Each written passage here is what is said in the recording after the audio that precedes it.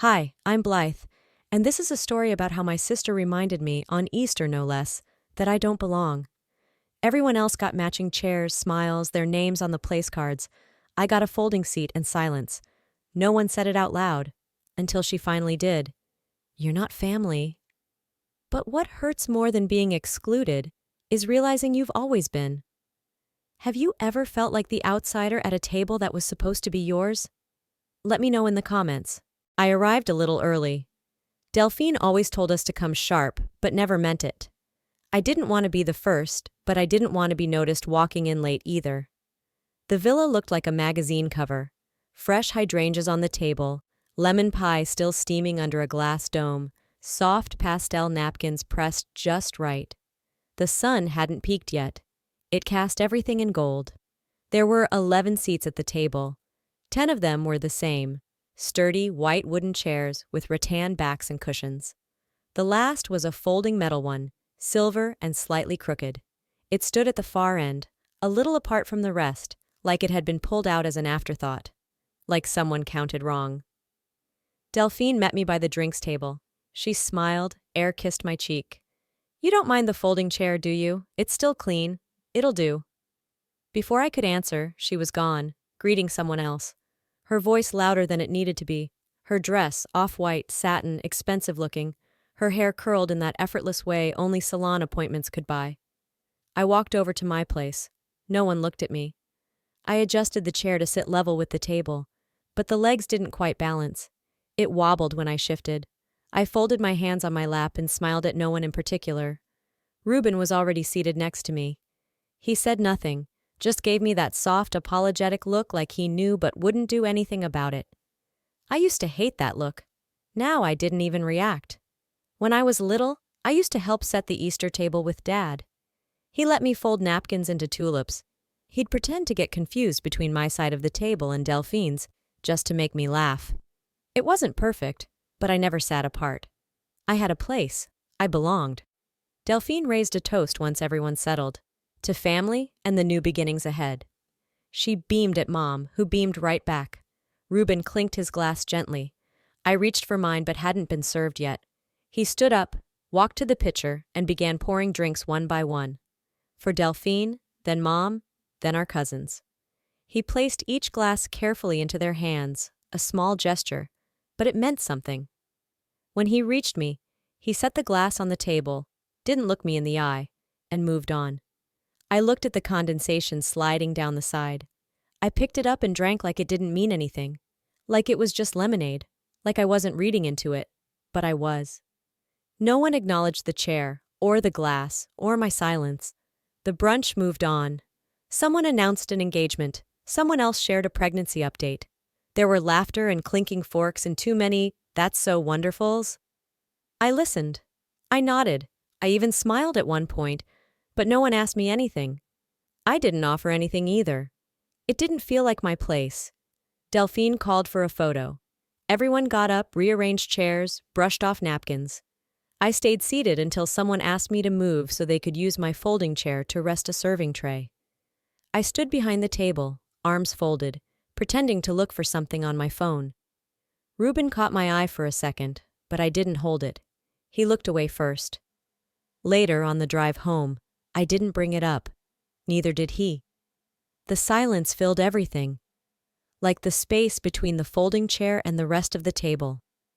I was sitting at the table, but not one moment felt like I was there. It took me 3 days to ask about the dress, the red one from Lisa's wedding, the only one I ever felt truly beautiful in.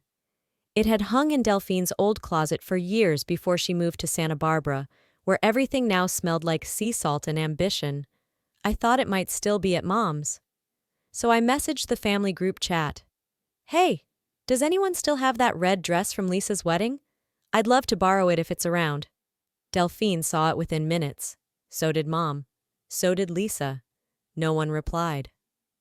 On the 3rd day, just as I'd convinced myself it didn't matter, Mom finally answered. "You sure it'll still fit?" I stared at the screen longer than I should have. Closed the app, reopened it. As if the message might shift into something softer if I blinked hard enough. I didn't respond. The next day, I wandered into a small thrift boutique tucked behind a flower shop. I told myself I was just browsing, but I gravitated toward the dresses, letting my fingers brush the hangers like they might remember me. In the changing room, I stood in front of the mirror and didn't recognize the person staring back. My arms looked heavier, my face softer in a way that didn't feel romantic. My eyes, tired, yes, but also distant, as if they belonged to someone who'd been left out of too many pictures. There was a time I used to wear color, yellow especially. I used to let my hair stay messy on purpose. Now I pulled it back, always tight, always safe. When had I started shrinking? Did I choose this version of me? Or was I taught to become her? A few nights later, we gathered at Mom's for a family dinner. Lisa brought cupcakes, Ruben brought wine, Delphine brought a story. She stood in the middle of the living room, telling it like it was folklore. Her voice animated, her hands moving like a conductor's. It was my junior year. I had an interview for the banking internship, but I was late because of the shuttle. I thought I was done for. Then, thank God, a friend pushed open the door just before they closed it. Saved me. Everyone clapped. Lisa whistled. Mom beamed and said, "You've always been lucky, Delphine." I froze. That friend, the one who ran ahead, pleaded with the receptionist, held the elevator, that was me. I still remembered the sweat on my back, the way Delphine had cried into my pillow that night because she thought she'd ruined her future. But now, I was just gone. I waited for someone to remember, for Delphine to glance at me with a hint of acknowledgement, for Mom to add, "It was actually Blythe, wasn't it?"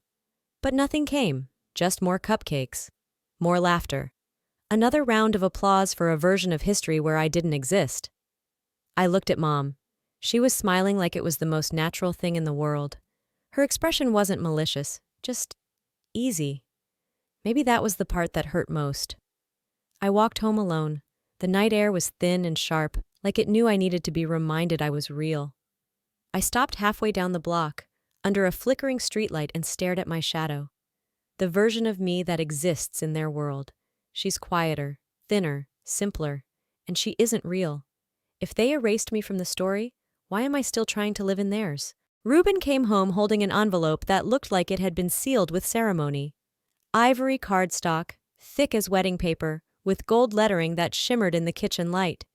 He placed it on the table like it might break if he dropped it too fast. "It's from Delphine," he said, "for the engagement party." I didn't touch it, just looked. The front read, "Ruben Rowan plus guest." Not Ruben and Blythe, not Blythe, not even a first initial. "Looks expensive," I said, though it tasted like something bitter as it left my mouth. He waited, probably for a reaction, maybe a sigh. I didn't give him either. Later, I flipped the envelope over and checked the flap. No postmark, no stamp, no return address. Ruben hadn't told me, but I knew. "She gave it to you, didn't she?" He nodded slowly. "We had coffee. She handed it to me then." It was one of those truths that didn't feel like betrayal until you sat with it long enough. She hadn't mailed it, hadn't sent it to me, just passed it along like a message through someone else's hands, because I wasn't worth direct contact. "She asked if you'd RSVP, he added. Of course she did. That night, Delphine called. "Just checking in," she said, tone like honey over glass. "You seemed off lately. Everything okay?" I almost answered. Almost let something slip. Something honest, raw, unpolished. But before I could, she went on. "Anyway, can you RSVP for Ruben? I just need the final head count." That was the moment I understood the call had nothing to do with me. I wasn't being checked on. I was being logged. She didn't want to know how I felt. She wanted to know if her table would be full. I got a voicemail the next day. Her voice was lighter, more polished, like a morning show host. "Hey, Blythe, just wanted to circle back. You're not technically on the list, but you can still come with Ruben if you want. Totally fine." Totally fine. Not, "We'd love to have you." Not, "I hope you'll be there." Just, technically, if I wanted. Like I was a bracelet he might wear. Or forget. I deleted the message without listening to the end. I wasn't uninvited. I just wasn't anyone they thought to invite. It was the kind of message that didn't need to be open to hurt. I knew what it was the moment I saw her name flash across my screen. Delphine, no subject line, just a series of image files attached. 7 of them. I clicked anyway. They loaded slowly, like they wanted me to feel every second of delay. Golden light, white dresses, laughter suspended midair. The backyard of her villa looked staged for a lifestyle magazine. Everyone was there. Lisa, our cousins, even one of Delphine's old college roommates I hadn't seen in years. And Ruben. He was in 4 of the 7 photos. In one, he was holding a drink and talking to someone out of frame, smiling. In another, he was laughing with Lisa's husband. There was one where he stood next to Delphine. Not too close, but close enough. The caption beneath the photos read, "Didn't want you to feel left out." It didn't feel like kindness. It felt like performance. A perfectly timed reminder of where I didn't belong. I set my phone down and let the images burn into my brain. I wasn't angry. Not at first. Just tired. Exhausted by the effort it took to stay soft in a world that kept treating me like an afterthought. Still, I looked again. This time I studied the photos, not just the people. Angles, composition. One image caught me. Ruben, pouring champagne, backlit by the string lights. It was taken over the shoulder, the kind of shot that requires proximity and timing. Not a candid, not accidental. Someone took that photo with care.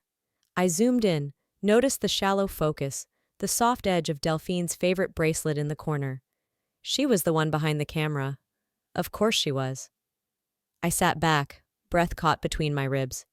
My chest didn't rise for a long time. I wasn't just erased anymore. I was being replaced by something cleaner, quieter, more compatible with her narrative. I scrolled again. Ruben looked happy, relaxed, at ease in a way I hadn't seen from him in months. And I hated myself for wondering if he felt more himself in that house, at that party, than he ever did with me. I thought about the last time we'd fought. He said I overread things, that I couldn't just let people be. But now, sitting alone in a kitchen we both paid for, staring at photos he never mentioned, I couldn't tell who had stopped seeing who first. I closed the gallery and set the phone face down. The room was silent, but my head wasn't. Questions echoed. Had he posed for her? Had she asked? Had he said yes? I didn't want to accuse. I didn't want to fall into the same old spiral. But doubt doesn't need evidence to grow. It just needs a seed. And this one was blooming fast. There was one last photo. Ruben again. He was looking towards something, or someone, just out of frame. His expression soft, familiar. But the frame ended before I could see who had made him look that way. Some photos are just pictures. Others are messages. This one? It was a warning. I didn't mean to open the photos again. They had already done their damage. Etched quiet messages into my skin, burned soft patterns of exclusion into my chest. But my hand hovered, and curiosity never knocks. It just lets itself back in. The third photo. That's where it started. Not the smiles. Not the string lights or the white tablecloths or the polished laughter. No, it was the man behind it all, half hidden in the blur, just enough light on his jaw to catch a memory. Travis, Delphine's Travis, the one who left her sobbing in Mom's kitchen 10 years ago, mascara streaking down her cheeks, calling herself a fool between hiccups. I leaned closer to the screen. It wasn't a maybe. It was him. His presence pulled something sharp through me. Not anger, not yet. Just confusion, edged with a kind of dread I didn't know how to name. Why was he there? Why didn't anyone mention it? I remembered college. The way his voice always carried through the dorm halls, louder than necessary. The slammed doors? The midnight phone calls Delphine used to take on the bathroom floor, whispering things she never wanted me to hear. The night she threw a wine glass at the wall, the morning after, when she swore to Mom she was done for good, done forever. But there he was, smiling in the background of her engagement party. I set the phone down and stared at the ceiling, then picked it back up and opened Instagram. I didn't even need to search. His handle was still in my people you may know. I tapped, scrolled, and there it was, 2 months ago, tagged at a rooftop bar. And in the photo next to him, looking over her shoulder, was Delphine. She hadn't tried to hide it. She hadn't even cared. Her comment beneath the post, an emoji, just that, just an eye. I checked the date again. 1 week before she announced her engagement to Colton. Something inside me shifted. I wasn't just hurt anymore. I was awake.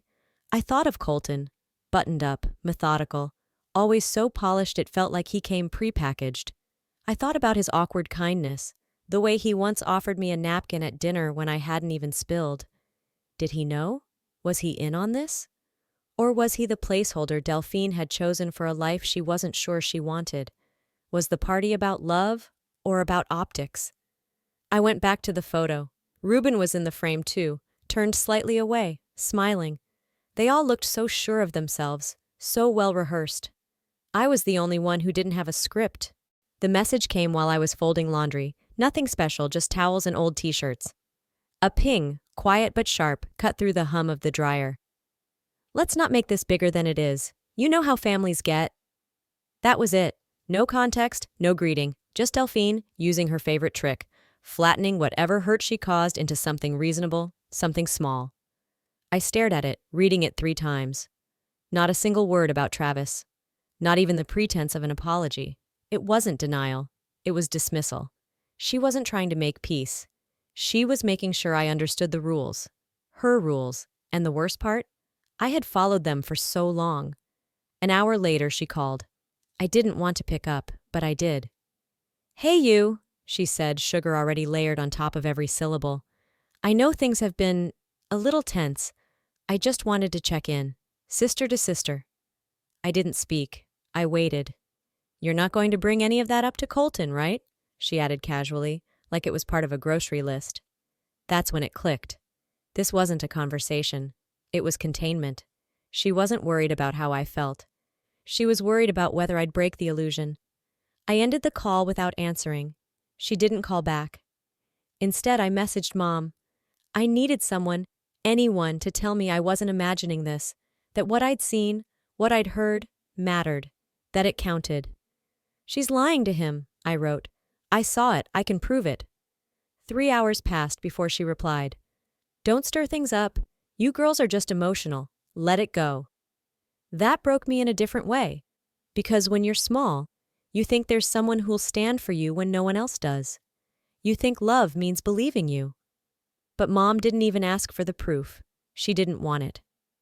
I set the phone down, heart pulsing too fast for how quiet the apartment was. I made tea, poured it carefully, watched the steam curl into nothing. I never drank it. The cup sat there, full and untouched, like me. I opened our old photo folder, found the image of Travis again, zoomed in. Behind him, faint but clear in the reflection of the window, Delphine, laughing, hair back, perfectly posed. She wasn't caught off guard. She was staging it. And I was done playing the extra. The text came just after sunset, when the house was dipped in amber and the sky outside my window had started bleeding into a deep, indifferent blue. You're not family, so stay away. No greeting, no punctuation beyond the period, no explanation. I stared at the screen, feeling the edges of her words settle into my skin like tiny glass splinters.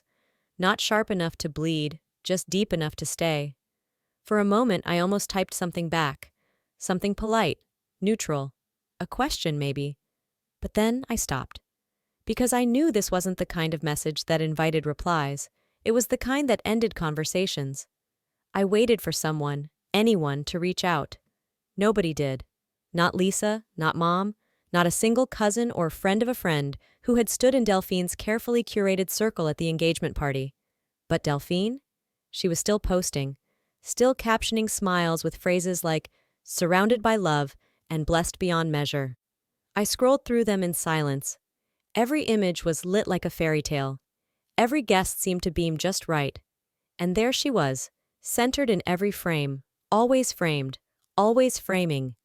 It wasn't the celebration that stung. It was the precision, the way she made sure my absence looked like peace. I closed the app and opened my photos instead. I didn't need to scroll far. The 3 I'd saved were already waiting. One with Travis visible near the buffet, one with Delphine mid-laugh in his direction, and one that caught them both, just barely, in the same frame. I didn't write a message. Didn't draft a speech. I didn't even attach a note. I forwarded the images to Colton's email with a blank subject line. Let him see what she's so desperate to keep hidden. Let him decide what to do with the truth. It wasn't revenge. It was something quieter, something colder. Release. I blocked Delphine's number, deleted the family group chat, unfollowed everyone I had spent too long trying to stay connected to. No announcement, no warning, just quiet exits from places I no longer needed to beg for space in. I didn't cry. I didn't shake. I didn't even feel brave. Just done. Reuben came home a little after 7. The grocery bags rustled as he unpacked items onto the counter, talking about the price of strawberries and how crowded the store had been. I listened. I nodded. I waited until he mentioned something about dinner. Then I said it. I sent the photos to Colton. He stopped, halfway through slicing open a bag of bread, looked at me, didn't say anything, and I didn't explain. Because for the first time I wasn't asking permission to be seen. I just made sure I couldn't be ignored. The next morning my apartment felt like it was holding its breath. The sunlight didn't spill in. It crept. Even the hum of the fridge felt quieter, as if the world was waiting for something to land. My phone was still. No buzzing. No new texts. No calls. I had expected noise, explosions, accusations, something. But all I got was silence. And in that silence, a strange calm. Not peace, exactly. Something closer to knowing the storm had started, but hadn't hit me yet. Reuben made coffee, speaking carefully, like the floor beneath us might crack. Then he told me, Colton didn't show up to the hospital today. I didn't ask for details. Didn't need to. That was enough. Delphine's social media had gone dark. No curated brunch shots, no motivational quotes, just absence, a vacuum where image used to be. Later that afternoon, Mom called. Once. Didn't leave a message. I watched the missed call flash across the screen and disappear. Then a text from Lisa. Did you really send the photos? No punctuation, no warmth, just a question loaded with accusation. I didn't respond. But the group chat did. After months of quiet, it sparked back to life. A cousin I hadn't heard from since Christmas said I blew it out of proportion. Another added that Delphine had always been complicated and probably just needed space. Someone else posted a meme, trying to cut the tension. Reuben didn't say anything in the thread, but later he touched my back when I passed him in the hallway. Softly, quietly, enough to say he still saw me. It should have been enough. But it wasn't. Because no one was saying Delphine had lied. They were just asking why I'd told the truth. Later that night, Reuben got a voicemail from her. I didn't hear it, not directly, but he played it for me. She was crying. The kind of crying that didn't beg, it blamed. You ruined everything. You're not even really part of this family. There it was, out loud. I listened in silence, then handed the phone back. I didn't say anything, just walked to the kitchen and poured water into a glass I didn't drink from. She said I wasn't family, then blamed me for not protecting hers. I didn't know what to do with that kind of logic, so I stopped trying. I pulled the photo album down from the top shelf of the closet, the one I hadn't opened in years. It smelled like dust and old tape. Inside, photos that didn't sparkle like her Instagram. Real ones, printed, worn. One caught my eye. Delphine and me, on the front lawn of our childhood home. I was maybe 7, she was 9. Our arms were around each other, smiling with crooked teeth and unmatched socks. We looked happy, but now I wasn't sure if we were. I held the photo for a long time. She lost a fiancé. I lost the myth of us. The house was quiet in a way that didn't ache anymore. No messages blinked on my phone. No family threads resurrected themselves. Delphine didn't post a single filtered photo. Colton didn't respond. And Mom, she stayed exactly as silent as I always suspected she could be. It didn't feel like abandonment. It felt like relief. Reuben still moved through the apartment with gentle caution, as if stepping on memory shards no one could see. He didn't ask how I felt, but he started brushing my shoulder more when passing behind me, sitting next to me on the couch instead of across the room. I used to think words were proof of love. Now I realized it was often the absence of performance that told the truth. While wiping down the fridge one afternoon, I found an old photo pinned under a magnet. It was from 3 birthdays ago. Reuben holding a cake, me behind him, Delphine blurry in the corner, laughing. I stared at it, then peeled it down and set it aside. On the bookshelf, a birthday card with cursive gold writing peeked out from under a stack of cookbooks. "To my favorite little sister," it said on the front. Inside, nothing but her name. I placed it in the same drawer as the photo. I didn't throw anything away, but I didn't need them out where I could keep bumping into them either. The air inside our apartment felt different, less like something I had to hold my breath in. I could feel the weight shift, not disappear, but redistribute. Not just grief, not just anger, space. Reuben handed me a cup of coffee one morning and sat across from me in the kitchen. He didn't sugarcoat it. "Do you regret it?" I took a sip, thought about it. "No," I said slowly, "but I do wish it hadn't had to come to this."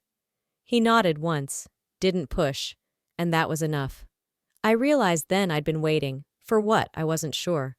An apology, a rebuttal, a scream, anything to let me know Delphine had felt it too. But she never wrote, never reacted, and somehow that felt louder than all the shouting we never did. It was final, not because she closed a door, but because I stopped standing in front of it, hoping she'd open it. Later that day, I passed the hallway mirror. I didn't flinch, I didn't stop, but I saw myself, still tired, still softer than I'd like, but whole. I didn't burn the bridge, I just stopped pretending it was still holding me. Some silences are louder than goodbye. I used to think that silence meant keeping the peace, that staying quiet would earn me belonging. But I've learned that silence can also erase you, slowly, thoroughly, and with a smile. Sometimes the most powerful thing you can do is step away, not to hurt someone, but to save yourself.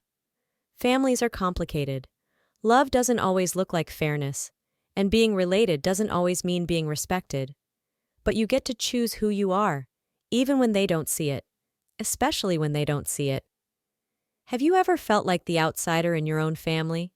What did you do? I'd love to hear your story in the comments. Let's talk. Let's be honest.